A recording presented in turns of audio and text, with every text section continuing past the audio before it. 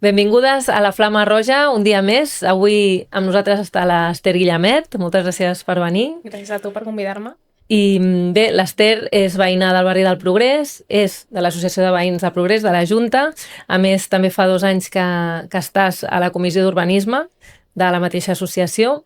I d'altra banda, de formació, vas estudiar comunicació i a més vas fer un màster de dones i gènere i ara et dediques a ser consultora d'igualtat de gènere, no? D'igualtat, social, feminismes, LGTBI, tot el que tingui a veure una mica amb aquesta temàtica. Com jo, de la mateixa Sí. professió que jo. Sí. Doncs bé, més enllà d'això, doncs, com a veïna, crec que és per nosaltres, per la Flama Roja, era important també poder entrevistar persones de Badalona que viviu a qualsevol dels barris de la nostra ciutat i que a més esteu implicades. I per tant, la meva primera pregunta que et volia fer és per què vas decidir implicar-te a l'Associació de Veïns del Progrés? Vale, doncs jo realment venia de Barcelona, del barri de la Verneda, que ja és un barri de la perifèria històricament, i el meu company també, és del Besòs. Llavors, quan ens vam venir aquí a Progrés ja fa 5 anys i ens van comprar un pis, volíem formar part d'alguna manera de la comunitat i implicar-nos. Veiem que el barri a més estava molt deteriorat i un dia, passejant pel carrer de Guifré, vaig veure un cartell de la Comissió d'Urbanisme que explicava una mica quin era el futur del carrer Guifré i un link com et convidem a que participis, alguna cosa així. Llavors jo vaig escriure un correu electrònic i els vaig dir que era molt bona idea, però que, sisplau, incorporessin la perspectiva de gènere en el disseny urbanístic perquè em preocupava que no es tingués aquesta mirada si volíem fer com un canvi a nivell urbanístic, sobretot. I llavors la presidenta, o com qui més portava el grup, que era la Núria, doncs em va convidar i em va dir anem a seure, xerrem, m'expliques una mica, i jo només volia dir no, incorporar la perspectiva de gènere, però no tinc temps d'implicar-m'hi. I al final em va convèncer i llavors vam començar ja a anar a les reunions, doncs, que són quinzenals, cada 15 dies anem, i amb el meu company ve quan pot, i jo ja cada cop em vaig implicar més i més, perquè al final és un grup molt maco, amb gent de tots els colors també, de totes les ideologies, de diferents edats. Sí que és veritat que la mitjana d'edat és una mica alta, però bueno, això té a veure molt amb les associacions de veïns, i era molt interessant com veure les diferents perspectives que tenien cada persona en funció de l'edat, l'origen o la seva situació econòmica, personal, i anar construint a poc. A més, amb un objectiu molt clar, que era millorar el barri. Sí, aquesta era la premissa inicial pel qual es va configurar el grup, tot i que jo em vaig incorporar quan ja portava un any en marxa. Aquest era l'objectiu principal, diguéssim. Clar, que és l'objectiu en general de totes les associacions de veïns, és el que hauria de ser, no? I que els propis veïns i veïnes ens involucrem amb aquestes reivindicacions i que en formem part i que puguem enriquir-nos mútuament, no?, d'aquestes propostes. Sí, en aquest cas jo crec que tenia com un origen molt clar urbanístic, d'estar molt malament al nostre barri, no sabem què fer, i potser en altres entorns, espais d'associacions veïnals, no sé, a Barcelona, que potser són les que més coneixo, van per altres línies, no? Però aquí a nivell urbanístic era una fita molt, molt clara entre totes les persones. Clar, llavors les reivindicacions així més destacades de l'associació de veïns són sobretot a nivell urbanístic, no? Sobretot és pacificar i, bueno, més que pacificar, centrar o pensar el barri des de les persones, no? Des de qui vivim. Llavors, des de revisar una mica com són les voreres d'amples i d'estretes, tant des de la mirada d'accessibilitat com millorar parcs infantils, places, redistribuir el tràfic. Al final ens hem adonat que Progrés és un barri que ens preocupa molt perquè està molt a prop de la platja, no té zona verda, o sigui, zona pel veïnat, i és un barri molt de pas, de creuar entre la part més nord de Badalona i la platja, no? Llavors veiem que hi ha molts cotxes, i una quantitat de cotxes molt gran per la gent que hi vivim, i a part eixos comercials, no? L'única zona del barri que tenim per passejar còmodament és la platja, perquè ni tan sols al carrer Guifré estem tranquil·les passejant, perquè sempre hi ha cotxes a tots els carrers on hi anem. I no pot ser que una ciutat de 220.000 habitants, i sobretot el que sempre ens sorprenem nosaltres, som un dels barris més benestants de Badalona. Si el barri més benestant de Badalona no té eixos comercials, eixos cívics, espais pacificats i repensats per les persones, és que ja no em vull imaginar, no sabem com estan la resta de barris. Sí, és que és una planificació general, una manca de planificació, no?, de la ciutat, del seu urbanisme, que ha estat més pensat en la iniciativa privada, sí, que no en la planificació de l'espai públic i del propi urbanisme de l'Ajuntament.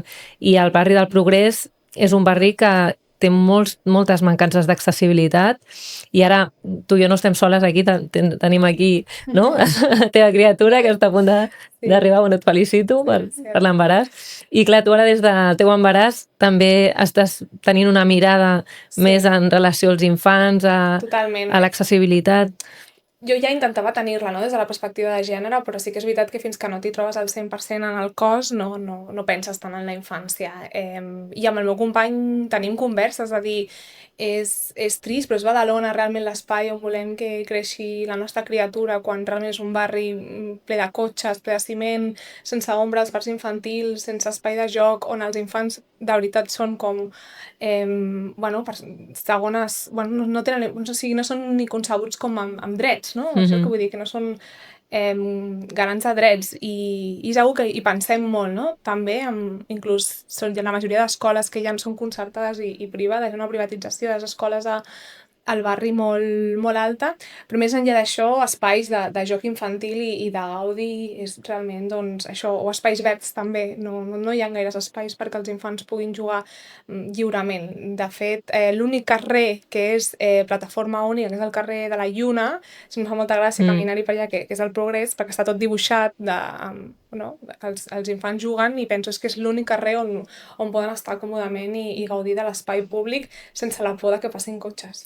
I el carrer de la Lluna és un carrer, no és una plaça, no és un parc, i no hi ha parc infantil tampoc, o sigui que realment és una pacificació d'un carrer molt petit del barri. I molt feta per les veïnes, perquè han posat tota una sèrie de plantes que m'he fixat, que dic, és una molt bona reivindicació, perquè és una forma de dir, això és un espai per caminar i no volem cotxes.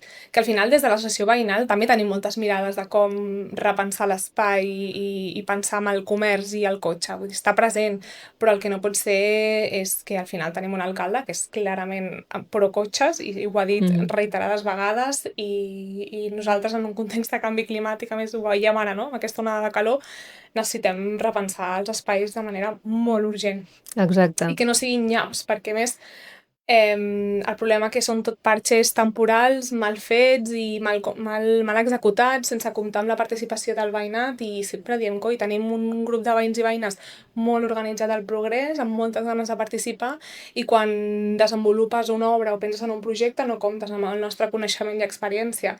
Vull dir, tenim persones a la comissió que de manera altruista s'han anat comptant una a una les places de cotxe, han comptat una a un els llocs on estan els arbres, no em sortirà el nom, perquè estan... Els escocells. Això. Han anat fent com un mapeig individual, carrer a carrer, vull dir que hi ha gent molt implicada i s'ha d'aprofitar, hauria d'aprofitar l'Ajuntament tot aquest coneixement i aquestes ganes que tenim. Sí, s'ho prenen una mica a la defensiva. Sí. Més que perquè ja han tirat endavant era una inversió que era de fa fins i tot 3 mandats que s'havia projectat, i en comptes de recollir les reivindicacions veïnals i també una actualització sobre el pressupost que ara té l'Ajuntament, que és molt alt, més les necessitats del barri, no?, de l'accessibilitat universal, de canviar serveis, també garantir que hi hagi arbrat, que hi hagi ombres, tot això al final no ho han escoltat i han tirat endavant la reforma. Han tirat endavant sense el nostre feedback o com a mínim consells o recomanacions que portàvem i que no ve de nou. O sigui, feia un any que sabíem nosaltres que s'iniciaria una licitació, un projecte d'obres amb el qual no estàvem d'acord i que havíem demanat reiterades reunions amb l'Ajuntament per poder conversar-ho. Sí que és veritat, i no negaré que l'Ajuntament ha fet un pas amb la Comissió d'Urbanisme i estem tenint reunions amb Ingestur i veiem que hi ha una predisposició tècnica de voler millorar el barri, o sigui, per part dels tècnics de l'Ajuntament. Ara hem de veure com es trasllada això a nivell polític, que és un dels temes que més ens preocupa. Per paper i per disseny tindrà molt de sentit, però després ha d'haver una voluntat de voler invertir-hi allà els diners.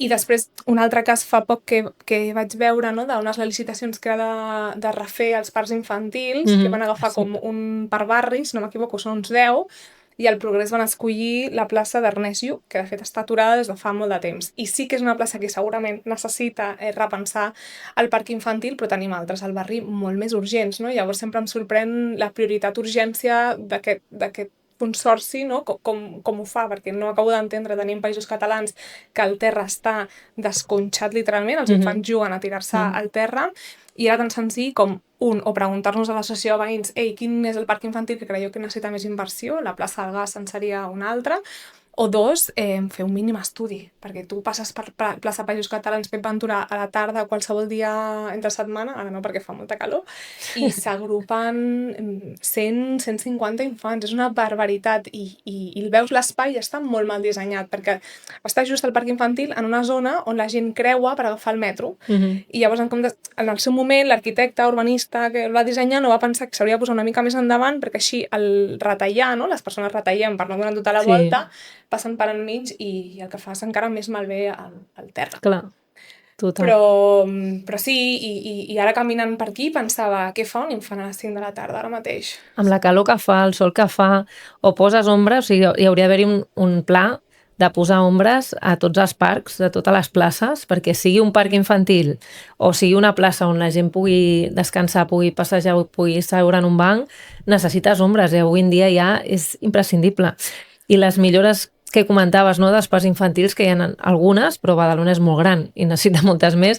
El parc on ha anat més sovint el meu fill, per exemple, s'ha pintat no? I s'ha canviat el terra. Han tardat moltíssims mesos en fer-ho, però res més. O sigui, aquesta és la gran obra que han fet, i aquesta l'han replicat en altres parcs. Sí, jo crec que nosaltres vam mirar-nos els plecs amb els canvis que incorporaven als parcs i no hi havia ni procés participatiu per saber què necessitaven els infants, que penso, quan dissenyem els espais pels infants, preguntem què volen, de quina manera volen jugar, no? Com repartim el joc, des d'on el repartim, i sense oblidar-nos l'accessibilitat, que no tenim... també vaig preguntar una vegada quants parcs infantils accessibles, no? Per nens i nenes amb cadira de rodes, no tenim un registre ni un mapa d'accessibilitat. No sabem ara un nen amb cadira de rodes del barri a quin parc pot anar de Badalona perquè ni tan sols està recollit. Són excepcions que exacte, no estan ni... Sí, inclús de refugis climàtics. Fa poc vaig veure algun vídeo d'algun parc amb aigua a Barcelona que pensava, quina enveja, no? Això algun dia ho tindrem aquí a Badalona. Si quan penso en apuntar el meu fill o filla a classes de natació, on anirà? Perquè com el que tinc més a prop és Sistrells, a més Sistrells la piscina està molt mal feta, fa temps que denuncien que el terra de Sistrell està aixecat, m'hauré d'anar a Sant Adrià, m'hauré d'anar a Barcelona, perquè realment els recursos públics que tenim aquí són molt limitats. Sí, ara, en relació a aquestes demandes, no, que estaves fent, dels parcs infantils, nosaltres hem estat mirant, i l'Associació de Veïns ens consta que també reivindica una escola bressol, i el parc infantil que hi ha a la plaça Ovidi Montllor és lamentable, és un espai pràcticament inexistent, pràcticament no es veu res, una plaça molt gran, i a més està qualificada com a equipament, i per tant nosaltres ho hem estat calculant, ho hem estat estudiant, i allà nosaltres proposem fer una escola bressol, a més l'equipament és de planta més 2, i per tant els 2 pisos de dalt també es poden utilitzar per altres usos que es pugui decidir conjuntament amb l'associació de veïns i amb els veïns i veïnes del Progrés, i per tant es pot tenir una planta baixa en pati d'una escola bressol, 2 plantes que es pot decidir què s'hi poden fer en 2 plantes més, i a més encara queda un espai molt gran on pots fer un parc infantil digne, amb coberta, amb ombra, exacte, i fins i tot màquines per la gent gran, de mobilitat. O sigui, hi ha un espai que no només es tracta de posar una escola bressol en un racó, en un espai d'una plaça, sinó que es pot fer un repensament, no? Una reforma integral de tota la plaça que està al costat del Cap del Progrés, de l'ambulatori. Sí. I jo crec que és un projecte que és el que toca, perquè en tot el districte 1 no hi ha cap escola bressol municipal que sigui pública, i tot i així en faltarien, o sigui, a Badalona hem de fer moltes més. Sí, jo mirant les dades, a Badalona hi ha 7, no? Som una ciutat de 230.000 habitants, en canvi a Terrassa, Sabadell, que són similars en quantitat, hi ha 12 a Terrassa, Sabadell 14, Santa Coloma, que són 125.000 habitants, hi ha 9. Vull dir que realment estem molt, molt endarrerides en matèria de inversió pública de llar d'infants.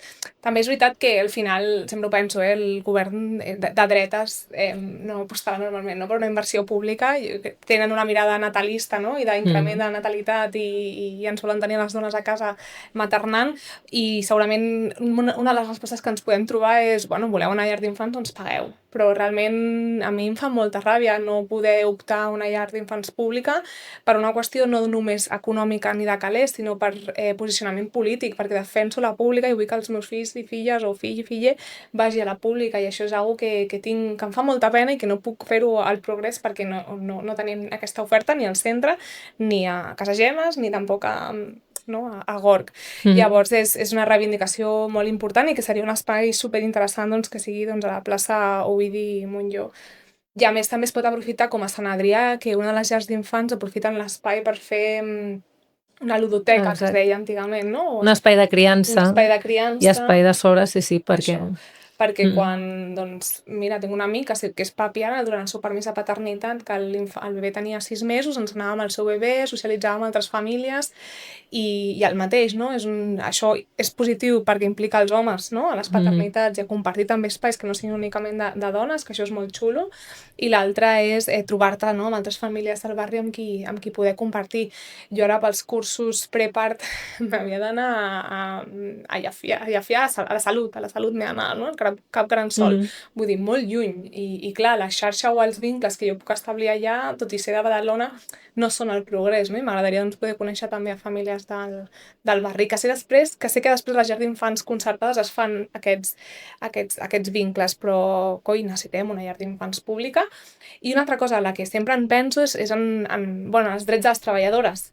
El que cobra una treballadora a la llar d'infants privada no és el que cobra una treballadora a la llar d'infants pública, tot i que hi ha moltíssima reivindicació des de lo públic i 03, però les condicions laborals no tenen res a veure i tampoc les condicions pels infants. Una llar d'infants concertada o privada, són privades, sí. Sobretot privades, és una empresa. I una empresa, el seu objectiu principal és fer benefici. I llavors, quan el seu objectiu principal és fer benefici, a vegades les condicions no són les més òptimes ni pensades pel benestar en general. Sí, realment treballen moltes hores i tenen uns sous molt més baixos del que tindria un mestre d'infantil o primària. Por ahí, no sé si tinc amigues i familiars que hi treballen. Que els drets dels infants més petits de 0 a 3 anys, o sigui, realment són la població més vulnerable, la població que es pot defensar menys, no? que menys t'explicaran qualsevol cosa que li pugui passar o les necessitats que tenen, i en canvi les deixem sempre com en un segon pla, no? I fins i tot a nivell de drets laborals, totes les cuidadores, les mestres que estan fent aquesta feina que és tan important, són les menys valorades, no? I això és una de les coses també per les que totes aquestes reivindicacions vagues, mobilitzacions per l'escola pública, les mestres de 0-3 també són de les que ho estan lluitant més. I d'altra banda, el que comentaves, no, dels espais de criança, l'Ajuntament fa uns anys ja havia tirat endavant alguns espais de criança, però és una cosa que està com estancada i que el model d'escoles bressol de dia d'avui t'obliga a que si tu vols portar la criatura a una escola bressol ha d'anar matí-tarda.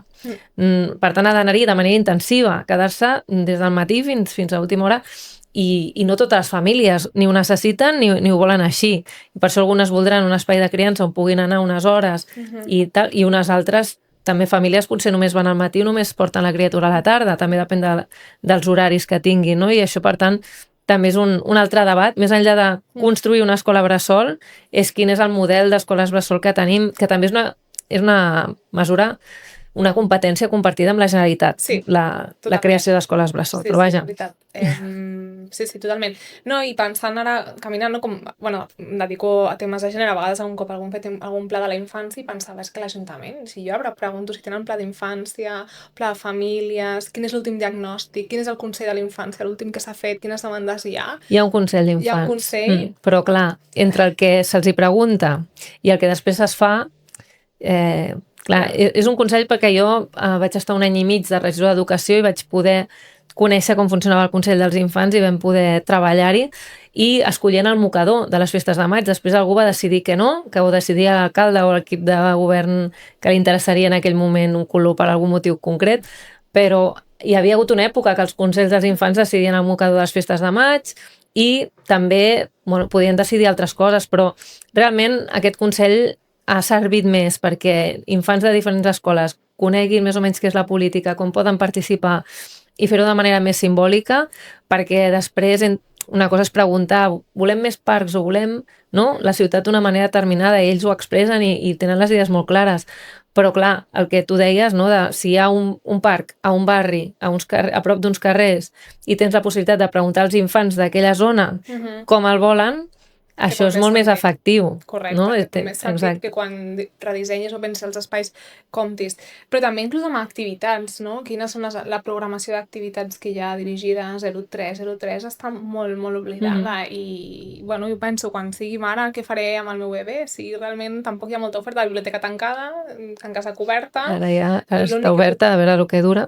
Però... Sí, bueno, a veure el que dura, no? Però a veure si puc anar, com a molt podré anar a la platja, perquè no puc fer moltes més activitats, o si no pagant, no? Que és al final una mica el model també econòmic de la dreta. Vols activitats, doncs les pagues. Totalment. Doncs justament també en aquest sentit, de totes aquestes demandes que comentaves tu del barri del Progrés, hi ha una altra de les qüestions que ha sigut més polèmica, no? I més sonada, que ha estat la proliferació de pisos turístics i de la falta de dret a l'habitatge. Cada cop a viure al Progrés, o a gairebé tots els barris de Badalona, però especialment barris com el Progrés, és més car, és més difícil poder-hi accedir a l'habitatge, ja sigui de compra com de lloguer, perquè hi ha molt pocs pisos de lloguer. I bueno, també saber la teva opinió, perquè tu formes part també de la plataforma contra els pisos turístics. Sí, vam constituir una plataforma doncs, per allà un any i una mica, sí, contra els habitatges d'ús turístics de Badalona, per una aprovació d'una normativa que el que feia era donar barra lliure a una proliferació i adquisició de llicències sense límit, sense restricció o regulació. I tot i que realment som conscients que la problemàtica dels habitatges d'ús turístics a Badalona no és tan greu com a Barcelona, ni molt menys, el tema és que si ciutats colindants com Barcelona, Sant Adrià, Santa Coloma els limiten o els prohibeixen, doncs sí que hi ha un efecte crida. I és innegable, ho parlem entre nosaltres, entre les veïnes, que cada cop veiem més turistes. Vull dir, a Pep Ventura, cada dia que surto al metre veig a famílies amb maletes o a gent jove amb maletes i està creixent. Jo crec que ja portem molts anys a Catalunya i a l'estat espanyol veient que el turisme, qui s'embutxaca, al final són la gent rica i la població de peu, no? La gent obrera, nosaltres, les veïnes, no veiem cap benefici real. Al revés, veiem que s'embruten més els carrers, que s'embruten més les platges, que els negocis s'adapten a les seves necessitats i no a les nostres. L'altre dia al carrer del Mar, un altre negoci, no? Gentrificador, pensat en cafeteries d'especialitat o menjar per endur i cada cop es va en retriment, no, al comerç local. Llavors, de fet, des de l'associació de veïns, una de les accions que hem impulsat una mica en pro del comerç local és com un gremi de comerciants, on ja hi ha entre uns 20 i 50 comerciants del barri que volen unir-se, no, i fer feina conjunta, vull dir que revivar una mica tot això. Però sí, i també tornant amb la pèrdua d'habitatge, hi ha un edifici al carrer Progrés, al costat de casa nostra, que sempre que hi passo està tancat, estan baixant les persianes i només a l'estiu, de maig a setembre, veig alguna persiana oberta perquè sé que tot l'edifici són habitatges d'ús turístic i penso, hosti, això podria ser per famílies, joves que no es poden independitzar, tots els fills i filles de la gent de la Comissió d'Urbanisme que m'expliquen que no poden independitzar-se al barri, sempre han de marxar a Badalona o s'han d'anar a altres barris, vull dir que són oportunitats ideals o perfectes perquè, per crear més xarxa, no? I al final el turisme deteriora els barris i és una cosa que no podem negar, vull dir que ja no podem començar pensant que ens porta beneficis perquè realment no veiem els beneficis. No els veiem i a més hem estat més d'un any també acompanyant aquesta plataforma fent una campanya per evitar la reforma de la normativa que havia de fer l'Ajuntament de Badalona, que el govern del Partit Popular havia fet una normativa que permetia els pisos turístics, a diferència d'altres municipis que havien anunciat que es prohibirien. I tot i que després de tota aquesta campanya el govern va anunciar que canviaria la normativa, la farien enrere i per tant es prohibirien, van dir que en 2 mesos ho tirarien endavant i han passat més de 2 mesos i no han fet res. Sí. De fet, des de la plataforma estem preocupades perquè vam tenir una reunió molt important a l'octubre de l'any passat amb el regidor d'Urbanisme on ens va assegurar que prohibirien els pisos turístics i des de llavors estem esperant i hem fet una web per informar o denunciar un pis turístic però no tenim cap informació més. I a més, l'Ajuntament és molt clar que no farà feina prospectiva, no? D'informar la ciutadania sobre com denunciar un pis turístic il·legal, sinó que la idea és prohibir-los, però clar, si ens prohibeixes i no fas seguiment de que efectivament no s'estan penjant els pisos a plataformes que totes coneixem de manera il·legal, doncs no serveix de res. Vull dir, volem cossos d'inspectors, inspectores, volem sancions econòmiques. etc. I de fet amb el Progrés tenim un altre tema amb uns altres pisos turístics il·legals que portem amb una batalla amb el veïnat al carrer Indústria des de fa més d'un any, i tot el que fa l'Ajuntament són recomanacions. Recomanació de posar una malla lateral perquè no caiguin trossos de la paret de la mitjanera a les terrasses, però és que no volem recomanacions. Arriba un punt que és que sembla que faci por, no? Plantar cara als fons voltors i fons d'especulació, se'ls ha de multar, se'ls ha de sancionar, i aquell edifici hauria d'anar a terra perquè realment està incomplint tota la normativa. És totalment il·legal, és el que va ser també sonat, i que va començar amb una sanció molt petita, que era ridícula, i gràcies a l'associació de veïns que va estar darrere es va fer la primera sanció, després van com rectificar, no? El regidor d'Urbanisme també va acusar, no recordo ja si era l'associació, si a nosaltres, va com insinuar que mentíem i que sí que estaven fent la seva feina, i van anunciar una sanció més alta, però realment jo no tinc informació de que... Fa poc, amb la reunió amb Comissió d'Urbanisme vam parlar del tema i ens van dir que està igual, que de fet el veïnat d'aquell carrer està ja desesperat perquè no saben què fer. Llavors, això demostra que sembla que Badalona pagant tot s'hi val, no? I de fet ens va escriure fa poc una seguidora a la sessió veïnal del Progrés, perquè al carrer Unió, si no m'equivoco, estan fent un edifici nou i penso un altre edifici, no sé on cabrem totes les persones, i els serveis públics no podran assumir tota aquesta gent, però bueno, a banda d'això, que és un apart-hotel. I està entre dos cases individuals familiars, i la veïna em deia, ningú ens va consultar ni ens va preguntar posar un apart-hotel allà enmig. Llavors, clar, es veu que la veïna va contactar l'Ajuntament i els van dir si tenen tots els permisos poden tirar endavant, però més enllà dels permisos o no, estaria bé haver pensat en quina afectació tindrà, no? Construir un apart-hotel entre dues cases unifamiliars i a nivell de sorolls, de venir a les 3 de la matinada, de tot el que se'n deriva del turisme. I a més em fa gràcia perquè jo recordo quan vaig anar al ple i al regidor d'Urbanisme, el Daniel Grassi, li vaig preguntar, tu voldries compartir pis amb un Airbnb? I és que em va dir que no. Llavors penso, si tu no ho vols a casa teva, per què ho vols per la resta de persones a Badalona? O sigui, per què no? O sigui, no té cap mena de sentit. Ningú ho vol. O sigui, és una cosa amb la que tothom compartim, inclús amb el gremi d'hotelers, amb qui podríem tenir també debats sobre turistificació i l'impacte que té això sobre les ciutats, tampoc els interessa, perquè al final és un negoci on, a nivell de condicions laborals, és una falsa competència, no? És una competència desleal. Clar, a ells no els afecta, però aquest model de negoci de pisos turístics o el turisme, que està demostradíssim que és un dels sectors més precaris i que genera llocs de treball més precaris i en pitjors condicions en general, doncs és el que ara està promocionant l'alcalde, fent aquests viatges que fa a diferents països o a diferents llocs on fer promocions al port de Badalona o de la ciutat com si fos un gran atractiu turístic, que sembla que sigui ell el que tingui ganes de fer turisme a través d'aquests esdeveniments, però realment tampoc és el que hauria d'interessar, el que hauríem de prioritzar com a ciutat, quan la tenim, a més, amb un manteniment i amb una deixadesa molt, molt bèstia. Sí, el City of Badalona és realment fa mal als ulls. El logo, que a més, en un context també que el català l'estem perdent a poc, vull dir, utilitzar l'anglès en el logo em sembla molt aberrant, és aberrant. Però a banda d'això, sí, jo també a vegades ho parlem entre nosaltres, com pot ser que ara de sobte vulgui obrir-se a l'exterior, no? I ser com City of Badalona International, si realment està tot molt malament, està tot molt degradat i molt deteriorat, vull dir, hauria de ser, i a més, amb aquesta idea tan racista que té i de primer els de casa, doncs prioritza Badalona, prioritza la seva ciutadania, primer els de casa, doncs prioritza Badalona com la teva prioritat número 1 i comença a fer un mapeig barri a barri de necessitats urgents. Quines són? Perquè al final el tema de la neteja, que, mira, una cosa és veritat, a nivell de la Comissió d'Urbanisme el que rebem moltíssimes xarxes socials, jo crec que és compartit amb tots els barris, és el tema de la neteja i la brutícia, no? Doncs això hauria de ser una prioritat número 1, però bueno, ja m'imagino que també en funció del seu posicionament polític la inversió en serveis públics no està en top 3, però hauria de ser-hi perquè ja, o sigui, no hi cabrem, no.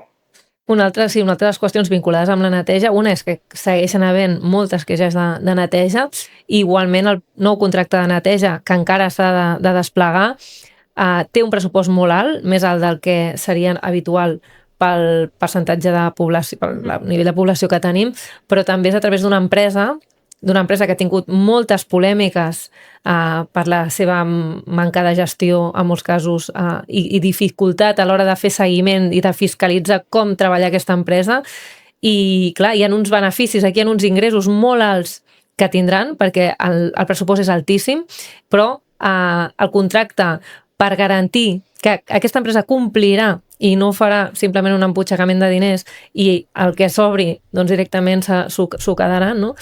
Doncs, bueno, per nosaltres és una de les altres preocupacions, que no tot s'hi val. O sigui, és veritat que la neteja és una de les prioritats de la ciutadania, però s'ha de gestionar amb responsabilitat i els recursos públics són de tothom i, per tant, l'empresa de neteja i el servei de neteja han de ser eficients, no només eficaços, en el sentit de posem molts diners i després com gestionem realment aquests diners, no? I d'això se'n parla poc perquè és un tema tabú, perquè, clar, com que tothom vol neteja, doncs, bueno, que es gasti molts diners i ja estarem contents. Bueno, doncs a veure realment, quan s'apliqui del tot, com es gestiona això. I hi ha un conflicte també al barri que veiem, que és on posar les deixalles, o sigui, els contenidors. Sí. Tenim constantment aquest dilema entre els veïns i veïnes de jo no els vull davant de casa meva, jo no els vull en aquest carrer, i tampoc crec que s'ha pensat adequadament quins són els espais més eficients o que menys molestin el veïnat. I, de fet, l'altre dia a la reunió d'urbanisme estàvem pensant nosaltres de fer una campanya cívica, perquè l'Ajuntament no hem vist encara, bueno, des del que porto jo visquent aquí ja 5 anys, i inclús gent que porta 40, les últimes campanyes cíviques dirigides a la ciutadania, perquè en som conscients que no tot és culpa de la falta de neteja, que és una part, sinó també hi ha una part de civisme i d'informar adequadament a la ciutadania quan has de poder tirar els mobles, com deixar les deixalles, etc. Sí. Clar, aquí també han d'haver canvis. I de l'altre és amb aquest canvi climàtic, amb aquestes onades de calor, el que són els contenidors, si estan en males condicions, la gent també els obre i els tanca, l'olor que genera això i les molèsties i també les mosques, bueno, tot el que genera un contenidor pot ser molt perjudicial per qui viu a una planta baixa, un primer pis, davant d'aquests contenidors, i nosaltres també rebem moltes queixes de gent i, per tant, és un repte, però també és una responsabilitat com a Ajuntament posar els contenidors allà on sigui bo per tothom. Que s'ha de poder estudiar d'alguna manera, sí. I al final és dedicar-hi recursos i s'ha de poder trobar una solució que sigui doncs, la millor per tothom. Sí. Exacte. I en relació al que estàvem comentant dels pisos turístics, nosaltres nosaltres, hi ha hagut moltes entitats i partits que hem presentat al·legacions, no, del que estàvem parlant. Sabem que l'Ajuntament tendeix a no sancionar, tendeix a no voler regular.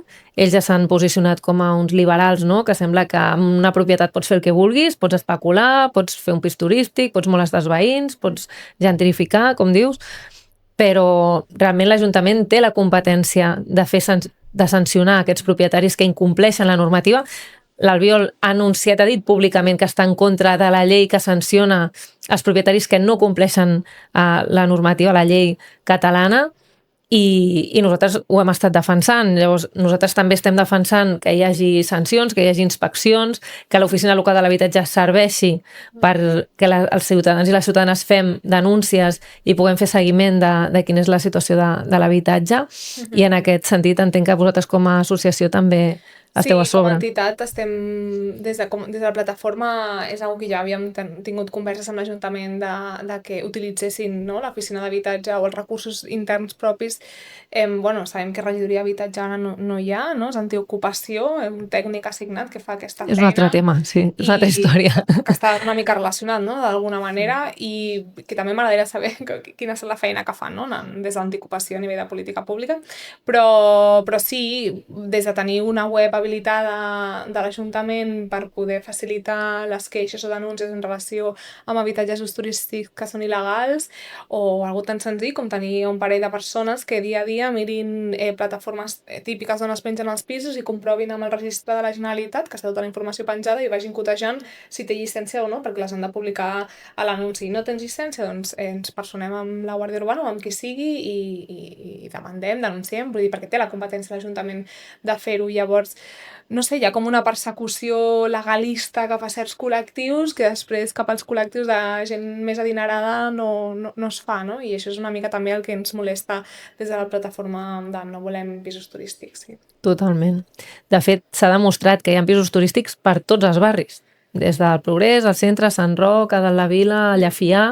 Hi ha gent que viu molt a prop de Sant Adrià i que en barris humils de Badalona es troben habitatges amb festes que se'ns han encaixat ara recentment i pot ser qualsevol lloc. Llavors aquí la gentrificació, la precarietat que ja es viu, d'aquesta falta de manteniment, d'aquesta deixadesa que hi ha a la ciutat, se suma a aquest descontrol que no es persegueix ni tan sols per l'Ajuntament. Sí, nosaltres el que hem detectat des de l'entitat és que la clau és el metro i la platja, i que és més barat, no? O sigui, al final la gent no sap diferenciar entre Badalona i Barcelona, el turista vol un pis barat, a prop de la platja, ben comunicat, i clar, si de Pep Ventura al centre de Barcelona et plantes en 30 minuts, és com si visqués a Londres o una zona més enllà, o París, vull dir, no hi ha molta diferència, els és igual. Llavors, és que és això, és que no podem ara assumir els turistes si no podem gestionar la nostra pròpia ciutat. Si al barri del Progrés no s'ha fet una inversió urbanística en els últims 20 anys i la que s'ha fet ara s'està mig fent, no?, d'arreglar els carrers, s'està fent a mitges i malament, i penso, bueno, com aniran els turistes amb les maletes si tampoc caben pels carrers, no? També pensant en ells, hem de pensar en tothom. Si ara voleu pensar en els turistes, doncs potser ens podeu ampliar les voreres perquè els turistes puguin anar còmodament amb les maletes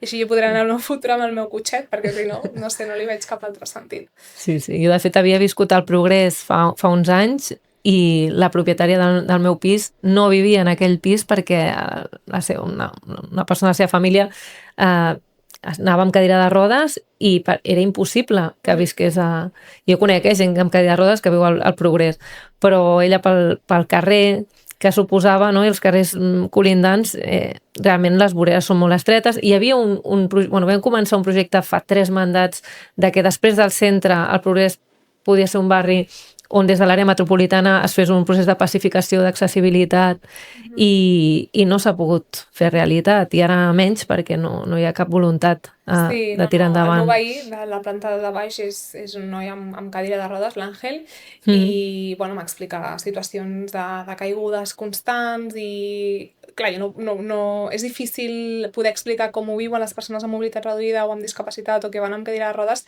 perquè és un obstacle darrere obstacle constant. Si ja ho és en general a la societat, a un barri com el Progrés i en general a Badalona, m'imagino que és encara més difícil, i això limita que inclús surtin del carrer perquè els hi fa por, i a més quan s'hi fan obres no s'avisa amb temps anterior, vull dir, tot és com una cadena que complica, no, la seva existència pel simple fet de tenir una discapacitat o tenir necessitats determinades. Sumat a això, que el Progrés és un barri molt car per viure-hi i seguirem lluitant perquè els pisos turístics s'acabin, no? Que els legals i els il·legals encara estem pendents de veure què passa amb la normativa.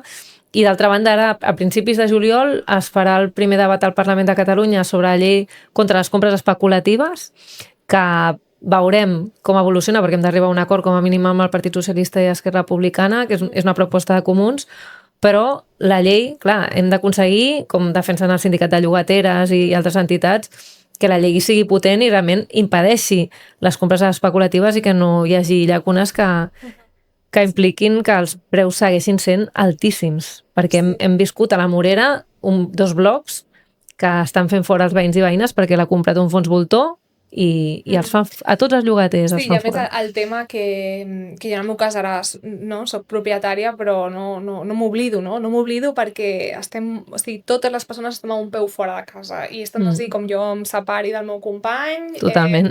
Tingui un accident i tingui necessitats concretes, no?, on no pugui pujar escales o necessiti els diners pel que sigui, vull dir que realment estem totes molt a prop, i si no el meu entorn, ma mare, el meu pare, qualsevol persona, podrem estar en un moment d'haver de buscar pis de nou i patir, no?, i tremolar per les nits de no poder pagar el lloguer.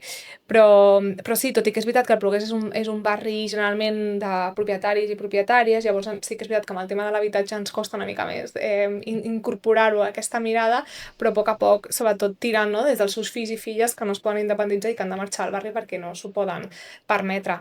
Però al final és això, és prefereixes poder xerrar quan vas a prendre't un cafè a la Comas amb el teu veí veïna, o vols veure constant de turistes ocupant els espais, les terrasses, les cafeteries? Vull dir, és realment repensar una mica com volem viure i de quina manera. Sí, des d'aquest punt de vista també la perspectiva de gènere és important, perquè quan parlaves de l'escola bressol, no?, del tema de conciliació, ara gràcies a les baixes de paternitat que s'han igualat a les de maternitat s'ha normalitzat totalment, no?, que la criança per part dels homes, i quan al moment aquest vols separar de la teva parella, et quedes sense possibilitat de tenir un habitatge per els preus dels lloguers i de la compra. La compra ja t'explico. Llavors, jo conec a moltes persones de més de 40 anys que en el moment en què s'han separat o no es separen o quan es separen acaben compartint pis amb altra gent que coneixen del que sigui, no? Però és realment greu i sembla que en el dia a dia no es nota, però la crisi en el fons hi és i per tant, bueno, jo crec que aquesta mirada en perspectiva de gènere en què les dones ara tenim el dret a separar-nos, però a la pràctica s'està exercint aquest dret perquè no tenim els recursos econòmics per poder-ho tirar endavant, dones i homes, no? Però en tot cas, bueno, m'agradaria, una de les últimes preguntes a fer-te, vinculat a això, a la perspectiva de gènere, és tu, ara que et dediques, no, en el món de la consultoria en això, com veus l'evolució de la igualtat de gènere en aquests últims anys? Jo ara fa uns anys que no m'hi dedico i jo veia evolucions en positiu i en negatiu segons els temes. Jo soc molt positiva, en general sí que veig una millora important i potser en la població més adulta, sí que com sempre surt el tema dels joves, no? I la dreta i l'extrema dreta. Potser el que veig ara és menys impunitat per certs discursos d'odi clarament, però crec que sincerament ara les dones no és el col·lectiu com més diana socialment, sinó que són les persones racialitzades. Llavors, davant d'això el racisme és molt més alt que el que seria, doncs, la violència masclista no ha deixat, no para, o sigui, això no redueix, però sí que potser aquest posicionament en contra dels drets de les dones tan impune, no el veig tant com en altres coses i col·lectius com pot ser amb les persones racialitzades. Llavors sí que veig una mica més de consciència i sobretot potser amb paternitats i la implicació dels homes també l'he vist millorar en general. Sí. Jo fa un temps ho pensava, dic, ostres, des de que es va aprovar aquesta igualtat en les baixes de paternitat i maternitat, a l'inici es veia com molts homes que no volien exercir aquest dret o que l'exercien molt pocs mesos o que ha anat evolucionant i després amb el temps és que vas normalitzant veure homes sols amb cotxets perquè la mare ha començat a treballar i ells han agafat el relleu i el permís, no? Es fan torns, no? I veus nois o homes joves... Molt més implicats. Sí, és un canvi bastant important. Un canvi de mentalitat molt important, però també el que sempre dic a les formacions és que també el capitalisme ho propicia. Per què? Perquè si realment poguéssim sostenir-nos només amb un salari, a mi m'agradaria veure si realment hi hauria aquesta corresponsabilitat. Vull dir, ara s'ho han de repetir perquè no hi ha més, vull dir, perquè no podem viure amb un salari, però si de veritat es pogués com en els 2000, segurament moltes més dones estarien treballant des de casa i no treballant en el món laboral. Sí, perquè desigualtats laborals n'hi ha moltíssimes encara, no? Tenim, sí, però jo sí que he vist una millora i a vegades també som molt dures amb el jovent i també hem de veure amb aquesta mirada, no, de quin és el context actual, social, econòmic i polític, quin és, no, el que se li espera als joves, no, el seu futur és tan difícil i tan negre i tan complicat que realment acaben aferrant-se a aquests valors més de l'extrema dreta i conservadors perquè és el que li dona respostes fàcils, digeribles, senzilles i ràpides, no? Llavors, una mica també a vegades sento que no haurien de ser tan dures perquè al final entre tots i totes hem construït aquest entorn i hem facilitat que es donin, no, aquesta situació. Sí, a la machosfera aquesta, no, les xarxes socials com penetren, no, a joves i després també és veritat que des dels instituts es veuen nois joves que han assumit molts valors d'igualtat, però després hi ha altres qüestions vinculades també al gènere que no les accepten tan bé, o el tema de les xarxes també amb la cosificació, amb els canons de bellesa, tot això, la pressió estètica és molt bèstia, i amb la intel·ligència artificial, tot el que sigui crear models, no, patrons que són artificials i que t'imposen un model, això sempre acaba sent nociu per dones especialment, però al final pel conjunt de la població. Sí, al final. I això... Sí, és que les xarxes socials són una empresa amb un algoritme pensat per fer diners i produir... És una selva. I són espais molt hostils i molt violents, on hi ha molt poc espai pel diàleg, per la construcció, per per poder conversar, no? I realment el que fa és molt fàcil que el viri tot cap a l'extrema dreta, perquè són els discursos més fàcils, no? Donen unes respostes super senzilles de tragar, i en canvi des de l'entorn, des de les esquerres, hem d'estar argumentant tota l'estona per què aquesta política, per aquest posicionament, per què aquest argument és més important i és necessari, no? I al final a vegades acabem debatent drets humans, no? I que és algo realment greu i perillós, no? I perillós la poca persecució dels discursos d'odi, no? Fa poc l'alcalde va penjar una fotografia horrible i terrible, no? Sobre una persona que havia suposadament comès un robatori i això té uns efectes a nivell de discursos d'odi molt clars, no? Tu com a alcalde, com el màxim representant d'un ajuntament, no pots penjar la cara d'una persona que clarament és racialitzada i que clarament està enviant un missatge, no? De a por ellos, no? Vull dir, de discurs d'odi, vull dir, és que de deshumanització, d'assenyalament... Totalment, de persecució, i a vegades quan entro en aquests comentaris i revís, no? Com parla la gent, penso que és molt difícil establir converses des del diàleg, no? No es pot, des d'allà es veu que... Clar, jo el que faig és transmetre el meu missatge, el que jo penso, perquè penso que allà a l'altra banda hi ha gent que pensa com nosaltres, però està clar que també hi ha una xarxa d'extrema dreta molt forta que només borden, que tiren odi i que es retroalimenten entre ells i desgraciadament és una situació com de polarització bastant... Fan més soroll, però després... sempre, no? Tots som gras, no? Quan toques gespa i toques terra i et relaciones amb persones de l'entorn, pots tenir converses, no? I això ho veiem molt a l'associació de veïns, que a vegades tenim posicionaments també diferents. Jo potser, com soc més jove, soc molt més punky, no? I potser amb algun company els dic, doncs hauríem de fer això i d'aquesta manera. Em diuen, no, consciència, fem-ho amb calma, fem-ho tot, no? I això és molt interessant també perquè pots tenir aquests diàlegs, però des de la viralitat i de la inèrcia, immediatesa, anonimat de les xarxes socials és molt difícil construir, i seria interessant plantejar-nos l'ús que pot fer un alcalde, en aquest cas de les xarxes socials, amb quin objectiu, amb quina finalitat, i saber que té una responsabilitat amb tot el que penja i viu, no? Públicament. Totalment, se sent molt més còmode en aquest anonimat, no? En aquesta distància de les xarxes a l'hora de transmetre discursos d'odi, perquè després el que tu deies, hi ha un món, no?, de les xarxes, i la gent jove, quan et tanques en l'Instagram o en el TikTok o en alguna xarxa social on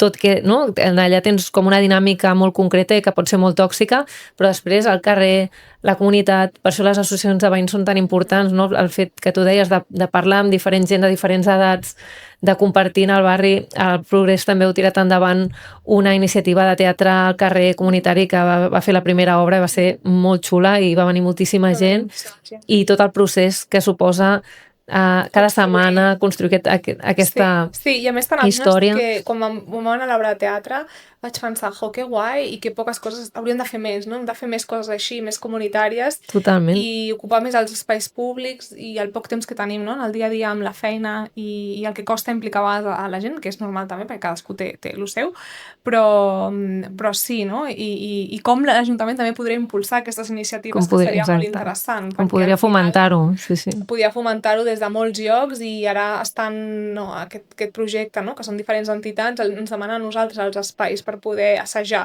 quan realment si tinguéssim un ajuntament propici, no?, a aquesta participació, com a mínim cultural, no?, un altre tema també, la cultura aquí en aquesta ciutat, doncs seria molt guai que pogués, no?, compartir en aquesta línia. Totalment, doncs seguirem treballant per aquesta vida comunitària, i l'Associació de Veïns del Progrés sou un exemple d'aquest treball comunitari, d'aquestes reivindicacions veïnals, de defensar aquests ideals i aquesta millora de la ciutadania, i intentant treballar amb l'Ajuntament, doncs governi qui governi, no? Però com a mínim per aconseguir-hi, sí, governi qui governi, és també el nostre lema, i de fet molts colors a la nostra comissió d'urbanisme, vull dir, no parlem de política més institucional, parlem de política de barri, no?, que és la nostra, i ho tenim molt clar, sabem que és un projecte a llarg termini, 5-10 anys, i no ens importa el temps, ho aconseguirem en algun moment, ens anirem animant més persones, no més personetes vindran, però és la idea. I no us deixeu doblegar, o sigui, vosaltres defenseu les vostres idees, i sigui el que sigui, vosaltres seguiu amb la vostra idea.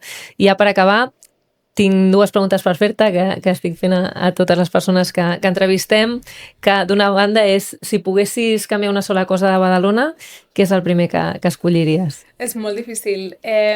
Jo crec que el que canviaria és potser aquest individualisme o falta d'activisme que té la ciutat. Ens costa molt, molt implicar la ciutadania. Som una ciutat de 230.000 habitants. Necessitem que la gent vulgui implicar-se més en millorar la ciutat i en espais de participació i no tant des de les xarxes socials i des d'aquest espai més individuals.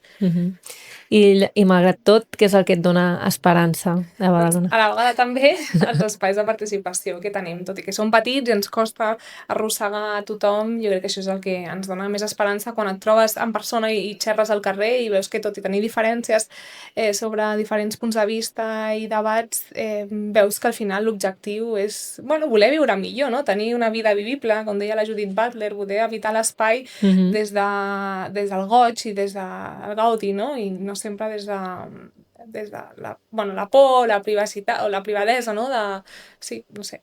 Sí, de fet, i són aquests espais de participació de comunitat i ara m'has fet recordar, aquest dissabte és el dia sense cotxes i hi ha molts carrers que estan organitzant sopars al carrer, a l'espai públic, al meu carrer també ho estem organitzant i l'Associació de Veïns del Centre també ha donat suport a no sé quants carrers que ja vaig veure un llistat bastant gran de carrers que faran sopars a aquella nit i per tant són iniciatives que val la pena anar ampliant i aquest any són no sé quants seran, si seran 10 o quants carrers tallaran a l'espai públic durant unes hores i l'any que ve esperem que et sigui molt més i que això també fomenta que els veïns i veïnes del mateix carrer es coneguin, tinguin més relació i avancem en aquests objectius, no?, que comentaves. Així que, seguirem. Res, moltes gràcies, aquí seguim. Moltes gràcies a tu. Vinga, fins ara.